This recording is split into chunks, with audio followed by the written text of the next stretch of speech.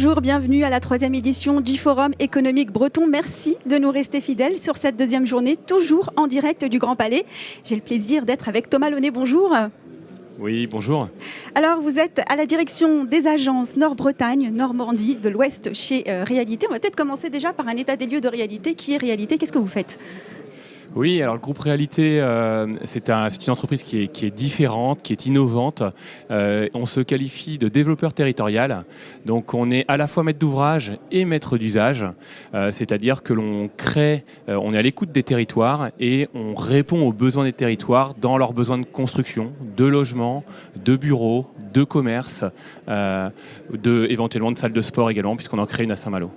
Et justement, vous travaillez sur un projet de réhabilitation du quartier de la Découverte à Saint-Malo. On pense savoir davantage sur ce projet, si vous le voulez bien. Oui, tout à fait. Donc effectivement, le projet de la Découverte à Saint-Malo, c'est un grand projet qui se situe à l'entrée de Saint-Malo, dans un quartier prioritaire de la ville. C'est un quartier qui a été reconstruit à l'après-guerre, avec une forte mixité sociale, dans lequel il y a une grande friche industrielle CFL et un intermarché vieillissant qui a été construit dans les années 70. Et donc, on s'est intéressé il y a maintenant 4 ans à ce foncier, puisque c'était un besoin du territoire. On avait entendu à la fois les attentes de la collectivité, mais aussi des commerçants actuels du centre et des habitants du quartier.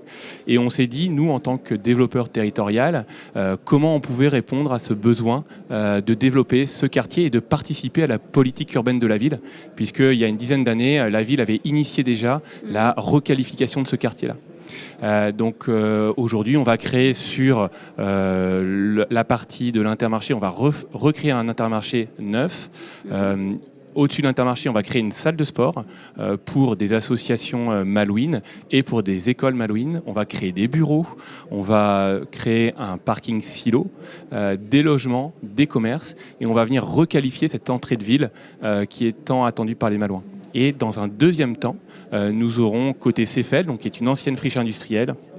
Là aussi, un projet de transformation du site avec des commerces, des services et des logements.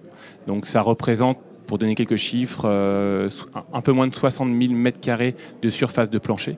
Il va y avoir environ 300 logements, donc une salle de sport, des commerces, voilà. C'est vrai que Saint-Malo a toujours été active dans les projets de réhabilitation, finalement, des territoires, des secteurs, etc. Sur ce projet particulièrement, où est-ce qu'on en est à ce stade? Parce qu'on voit bien que c'est un projet d'envergure. Alors, ce projet, effectivement, c'est un projet long, c'est un grand projet qu'on a initié il y a 3 ans maintenant.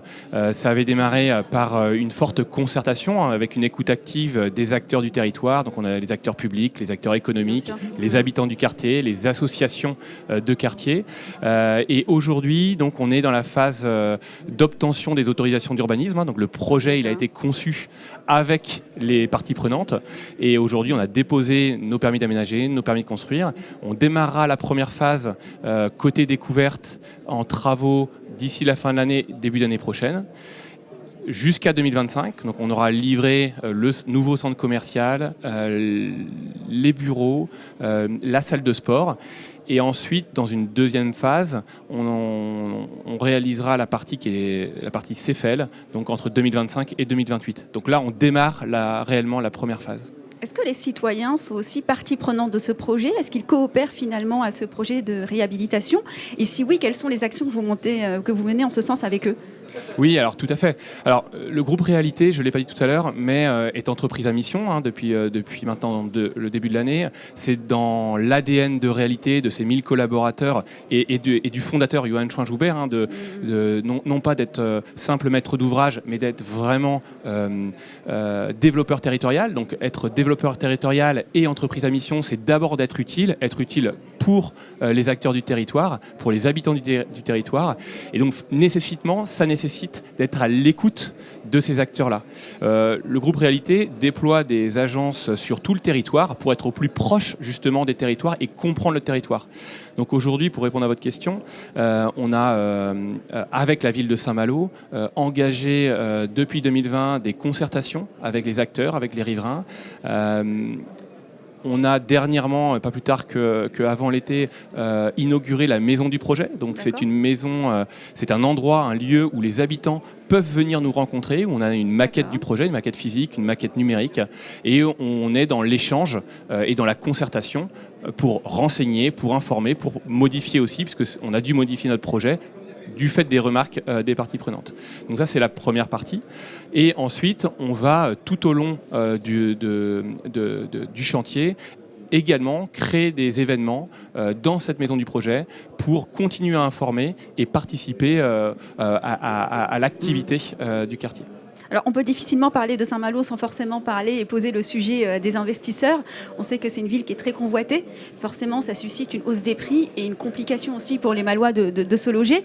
Quelle solution? Alors là, je sais que ce n'est pas votre expertise, mais je suis assez intéressée pour avoir votre avis sur les solutions qu'on pourrait trouver vis-à-vis de ces investisseurs. Est-ce qu'un encadrement des loyers peut être la solution? Quelle solution pourrait être en tous les cas pérenne dans le temps? Oui, alors moi j'habite moi-même à Saint-Malo, donc je vois bien la difficulté de se loger quand on a une famille et qu'on a besoin d'un logement qui puisse accueillir toute la famille. Alors, je dirais qu'effectivement, Saint-Malo est victime de son succès parce qu'on accueille à la fois des besoins en résidence secondaire, puisque voilà, Saint-Malo est une très jolie ville où il fait bon vivre.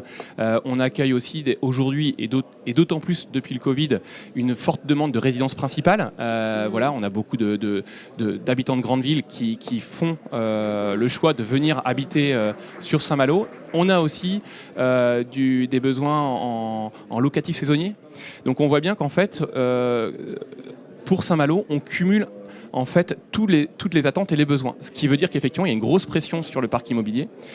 Donc il y a déjà des solutions qui ont été trouvées par le maire de Saint-Malo avec des dispositions liées et un encadrement lié au logement dit Airbnb.